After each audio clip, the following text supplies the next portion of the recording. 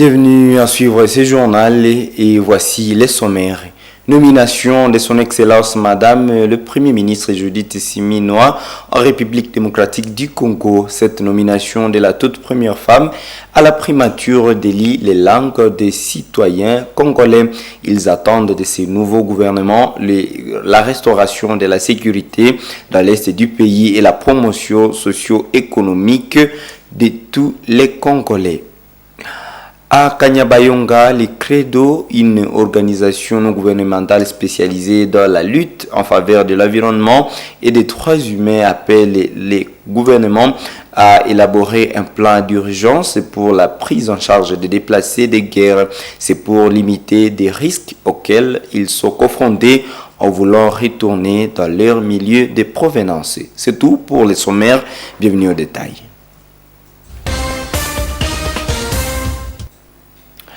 Félix Tshisekedi a nommé une femme au poste de Premier ministre en République démocratique du Congo. Il s'agit de Madame Judith Suminwa Tuluka. Cette sphère n'est pas cependant nouvelle pour cette dernière.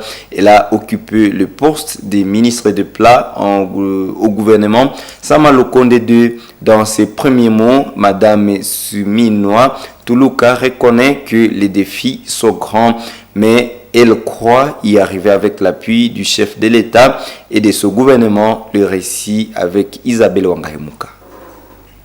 Enfin, la fumée blanche sortie. C'est Madame Judith Tuluka, membre du parti Union pour la démocratie et le progrès social UDPS, parti au pouvoir, qui a été choisie. Sa nomination est intervenue dans la soirée de lundi 1er avril. L'ordonnance présidentielle l'a désignée face à une rude concurrence. Une première pour une femme dans l'histoire politique de la RDC. Madame Suminwa Tuluka parle des grands défis devant elle, mais elle croit y arriver avec l'appui du chef de l'État et de son tout prochain gouvernement. J'ai indiqué au chef de l'État qu'il pouvait compter sur ma loyauté pour l'aider à mener à bien le développement de notre plus cher pays, la République démocratique du Congo, et que nous puissions, sur base des faits d'engagement qu'il a définis au moment de son investiture, travailler pour la paix et le développement en République démocratique du Congo, que le peuple congolais puisse bénéficier de ce pays, des ressources qui nous ont été données par le Seigneur. Avant d'être ministre du Plan, elle a été experte nationale dans un projet d'appui communautaire dans l'est du pays. Elle a ensuite travaillé au ministère du Budget avant de devenir coordonnatrice adjointe du Conseil présidentiel de veille stratégique CPVS en sigle. Judith Suminwa est la première femme à occuper le poste de Premier ministre en République démocratique du Congo. Elle devra composer ce gouvernement avec les différentes forces politiques membres de l'Union sacrée, la coalition formée autour du chef de l'État. Le gouvernement dirigé par Madame Tuluka est très attendu au regard des multiples défis que traversent les pays en cette période précise où de vastes zones dans les territoires de Rutshuru, Nyiragongo et Masisi sont occupées par les rebelles du M23 soutenus par l'armée rwandaise. Et je sais que la tâche est grande, les défis sont immenses, mais ensemble, avec le chef de l'État, avec l'appui de notre gouvernement et de toutes les institutions, et ainsi que l'appui de toute la population congolaise, on y arrivera. Mes pensées vont à l'Est et dans tous les coins du pays qui aujourd'hui sont confrontés. Un autre chantier important auquel le prochain gouvernement fera face, c'est surtout la situation socio-économique des Congolais, marquée notamment par la perte du pouvoir d'achat suite à la dépréciation de la monnaie nationale, le franc congolais. Cette nomination de son Excellence Madame le Premier ministre Judith Suminwa est vivement saluée par les femmes de Butembo. Pour les organisations féminines, cette nomination est une excellente nouvelle et de contribuer au renforcement du leadership féminin et à la promotion du genre, une nomination qui entre dans l'histoire, la première dans l'histoire politique congolaise désignant une femme Maître Magui Panza, parlant au nom de la synergie des associations féminines et de la ville de Butembo, invite les hommes à avoir confiance en ses capacités au vu de son expérience dans le gouvernement précédent. Nous vous proposons de suivre Maître Magui Panza dans ses propos recueillis par Luciana Moussibirois et Sacré Kangeti. Avec sentiment de joie et de satisfaction que j'ai pris cette nomination de la première dame depuis l'histoire du pays comme une vice-première ministre. Et c'était vraiment une joie, mais aussi une occasion pour moi de dire merci au chef de l'État qui, depuis longtemps, la lutte pour la promotion des femmes en politique, que nous ayons le résultat au moins à ce jour. Et c'est vraiment une chose à encourager. Et nous félicitons d'abord cette dame, puisqu'elle aussi, elle a accepté de porter cette lourde charge à la tête d'une grande institution de la République. C'est une femme à féliciter et une femme à soutenir. Je pense que nous devons donner aussi nos doléances par rapport à ça. Pour aller à Kinshasa, elle peut avoir moins de formation sur ce qui se passe, elle peut ne pas connaître la réalité de nos autres qui sont ici un peu éloignés. Et je pense que les femmes, nous comme femmes, nous devons nous réunir et faire une sorte de cahier de charge et pour qu'on peut présenter à cette dame-là. Mais aussi, à cette occasion, j'aimerais quand même décourager et dénoncer certains messages pessimistes que nous sommes en train de lire et à travers les réseaux sociaux.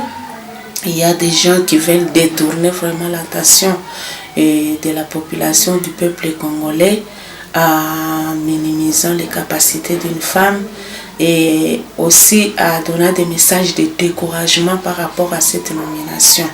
Et nous disons de ne pas vraiment suivre de telles incitations. C'est aussi une satisfaction de l'UDPS Tshisekedi en ville de Butembo. Lanzo Kassonia, qui en est le communicateur urbain, félicite le chef de l'État d'avoir mis sa confiance dans une femme. Par contre, pour l'opposition, il est encore tôt d'applaudir cette nomination. Monsieur Akayesu invite plutôt les Congolais à observer d'abord avant de vanter cette décision qui peut se transformer en une distraction. Nous vous convions de suivre tour à tour le communicateur de l'UDPS et M. Akayesu, membre de l'opposition, dans ses propos de Mwanampenzi Manzekili. Nous avons accueilli avec satisfaction cette nomination et nous avons sincèrement félicité le président de la République pour avoir mis sa confiance à une femme. Donc ça sera une première dans notre pays. En fait, le gouvernement. Et nous avons, vous savez, tout le monde attendait la nomination du Premier ministre qui pourra constituer son équipe gouvernementale. Donc c'est un grand honneur que le président de la République a fait aux femmes.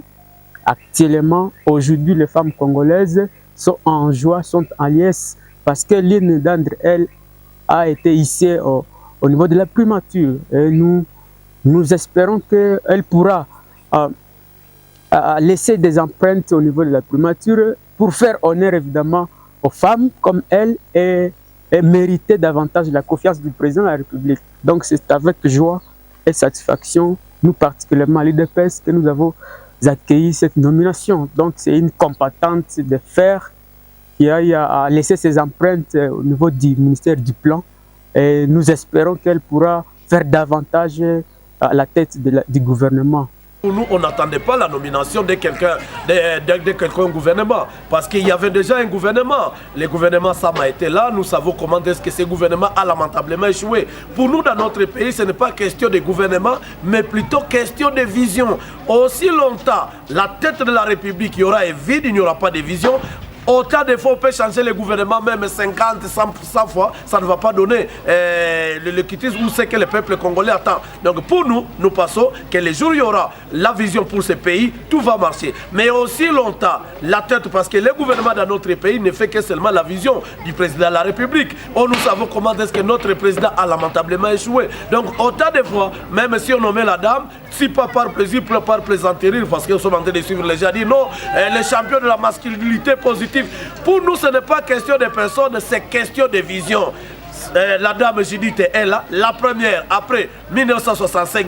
Exactement, elle est là comme des noms, elle vient de maintenant d'entrer dans les annales de la République. Mais dire que nous attendons quelque chose d'elle, ça sera mentir. D'autant plus qu'il y avait un gouvernement, on nous a dit qu'il y avait un gouvernement des warriors, et un gouvernement, je ne sais pas, des vertébrés. Mais non!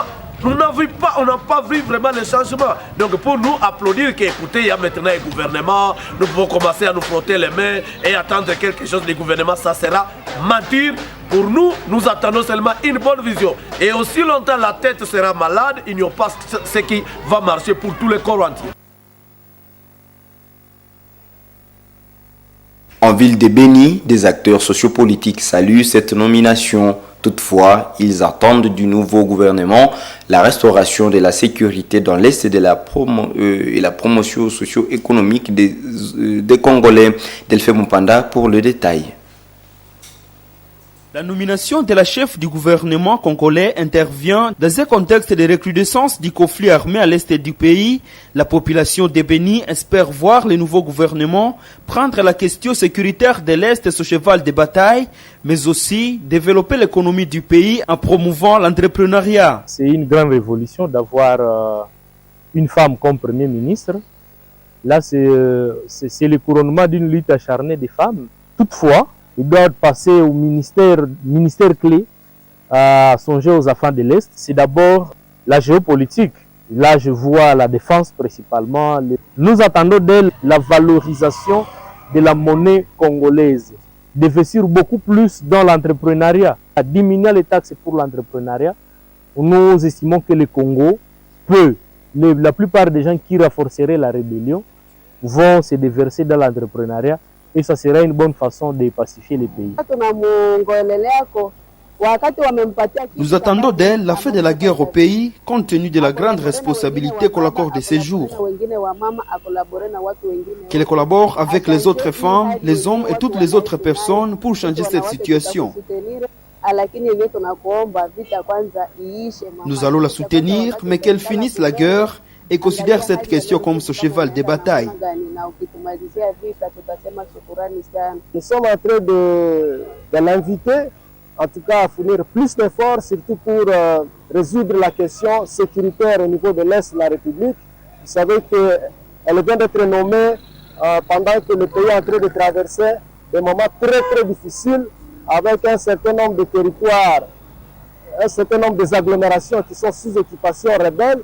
Et que donc le peuple va attendre d'elle des actions plus concrètes à même de pouvoir amener l'État à réinstaurer une fois de plus son autorité avec ses capacités intellectuelles, ses capacités professionnelles. Elle va nous aider à rattraper le retard que le pays connaît à ce jour en matière d'économie, par exemple. Le chef de l'État congolais, Félix Tshisekedi, a nommé Mme Judith Tuluka première ministre de la RDC.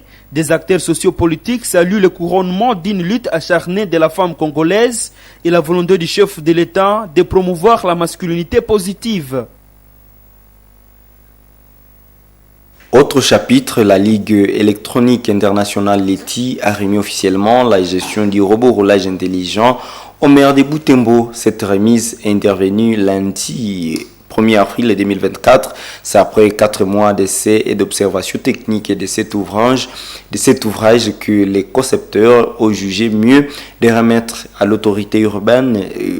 Muhindo Mpika Vianney, président de la Ligue électronique internationale LETI, affirme que les fonctionnalités du robot sont formées pour faciliter une bonne circulation routière au centre-ville de Butembo. En ces cas, des pannes des ligues électroniques internationales pourront intervenir chaque fois sur appel de la mairie. Le président de la LETI appelle les bonnes volontés de leur venir en aide pour matérialiser d'autres projets dans les laboratoires pour l'harmonie et la régulation sur les artères de Butembo. Suivez Mupika Vianney dans ses propos recueillis par Nzanzouwa Indasami. La responsabilité du robot est déjà au compte de la mairie. Tout juste après finissage de cet ouvrage, cette œuvre, nous avons passé une observation de cette œuvre. C'est-à-dire, dès la conception jusqu'à la réalisation ou l'implantation, nous avons vu mieux d'avoir observé les robots, comment il va chaque fois travailler, afin de ne pas remettre à la population ou à l'autorité urbaine une œuvre qui va chaque fois présenter tant de difficultés. Et c'est pour cela qu'après 4 mois d'observation technique, nous avons jugé mieux d'avoir remis cette œuvre à l'autorité. C'est-à-dire, l'autorité va s'occuper, en fait, il va s'en occuper, mais nous, comme les réalisateurs, initiateurs, créateurs, nous allons chaque fois intervenir à cas de maintenance. Donc, à cas de panne, nous techniciens sommes là pour porter solution à cette œuvre, au robot roulage qui est planté au Europe. Nous allons chaque fois observer et après une observation, nous informons les autorités compétentes, comme l'œuvre est déjà remis, à eux de savoir comment nous allons travailler. C'est-à-dire, bien que nous allons chaque fois intervenir, nous devons chaque fois intervenir après avoir informé les autorités. Vous savez, ils sont profanes en matière technique. Pour harmoniser une bonne circulation dans la route. Il y a un temps parmi les ronds-points et le carrefour, nous avons ciblé tant. Et dans quelques temps, nous allons voir comment nous allons mettre d'autres robots, surtout quand fait de circulation routière. Ça ne sera pas les robots en forme humaine. Et c'est pour cela que dans quelques temps, nous allons voir comment nous allons placer d'autres, afin qu'il y ait une bonne harmonie, une bonne circulation dans la route civile.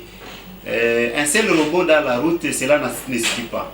Ça veut dire qu'il y a trop d'engouement et trop d'embouteillage, mais une fois il y a une bonne régulation, d'office les gens vont s'adapter et les usagers de la route vont être peu instables.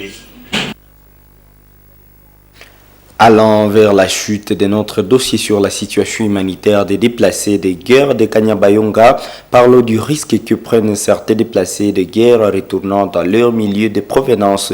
Le Credo, une ONG spécialisée dans la lutte en faveur de l'environnement et des droits humains, appelle le gouvernement à élaborer un plan d'urgence pour la prise en charge des déplacés pour les éviter de retourner dans leur milieu de provenance, les exposant ainsi à tous les risques de la guerre. Joël Tali nous en parle dans ce reportage.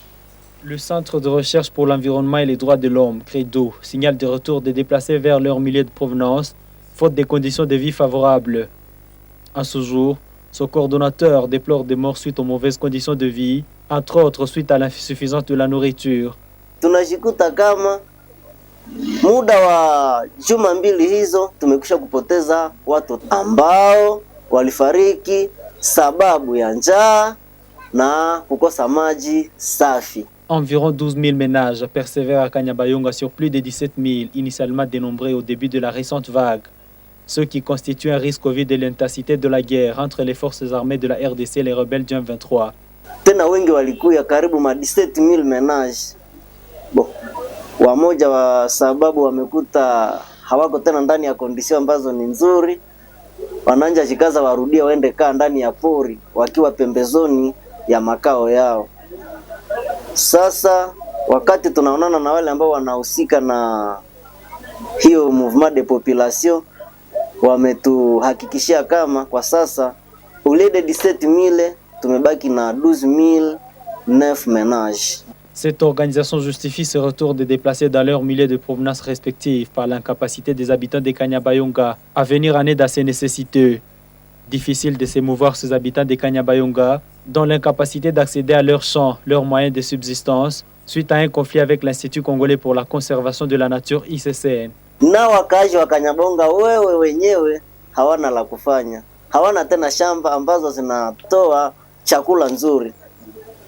Shamba ambazo zinapasha saidia zingelipasha kuwa pembezoni ya Parc National de Virunga ambayo nayo ni conflit wakati wanataka chipenyeza huko ICCN naye anakuwa blockage, na ijapokuwa hakuna ingine nafasi ambayo inastahili ili wapate chakula hawa wakazi wa Kanyabayonga. Wakati wanapata sasa tena wakimbizi, inakuwa probleme ambayo muji wa Kanyabayonga unakosa kama ufanye nini. Cette organisation des droits humains croit que la seule solution est la restauration de la paix. Ce, en commençant par la nomination des patriotes dans d'importants postes de décision, des personnes capables de se préoccuper du bien-être de la population. Des morts, des sources locales en dénombrent une dizaine, jusqu'à la fin de la semaine dernière dans les cas des déplacés. Une urgence s'impose alors dans la prise en charge de ces derniers. Les amis de l'hostie de la paroisse Saint-Sacrement de Liambo sont dans une session d'approfondissement spirituel. Cette activité annuelle réunit depuis lundi 1er avril 2024 à l'Institut Liambo les délégués des 11 secteurs de la dite paroisse. Pendant 3 jours, les membres de ces mouvements d'action catholique s'est retués sur l'ordre et la structure de la croisade eucharistique. Reportage Gérard Mourefou.